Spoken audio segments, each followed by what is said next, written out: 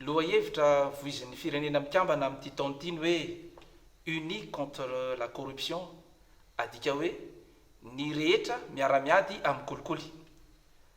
Notsoahana avy amin'io foto-kevin-dehibe io ny loha hevitra ety mankalaza ny andron'ny 6 Desambra eto Madagasikara izay atao any Mahajanga.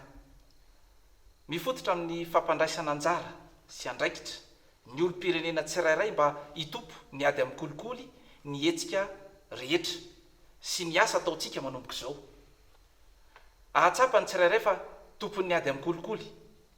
Raha miara-mientana tokoa mantsy ny sambatan'olona ka resy lahatra fa fanetry be ny firenena ny kolikoly dia ho tanteraka ao anatin'ny fotoana fohy ny fanamby Madagasikara afaka amin'ny zioga ny kolikoly.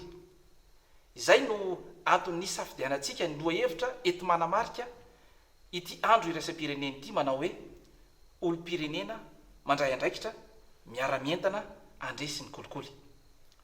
Ho fampitompona ny ady amin'ny kolikoly ary dia ataontsika vaindohan-draharaha ny fizarana isan-tsehatra ny traikefa mikasika ny ady amin'ny kolikoly.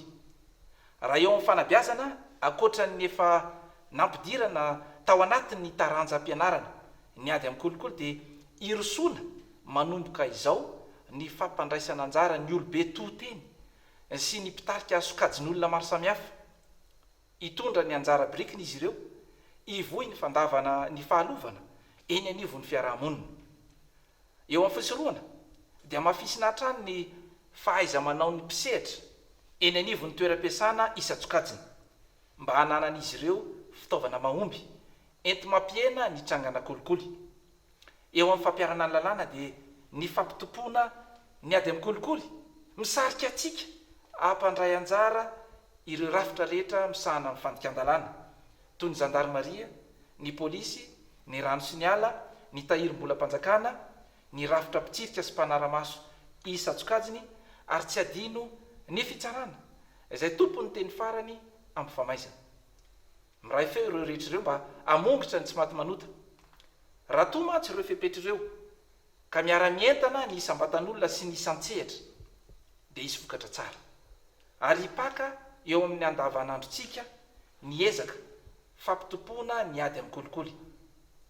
Ko mitodika aminao ary malagasy, fantatro fa resy lahatra ianao ary vonona ny ady, ndeha ary fanome tanana avondrona ny hery anao angaredona, hiatrehana ny fahavalo iombonana satria tokoa mantsy isika miaraka no andresy ny kolikoly.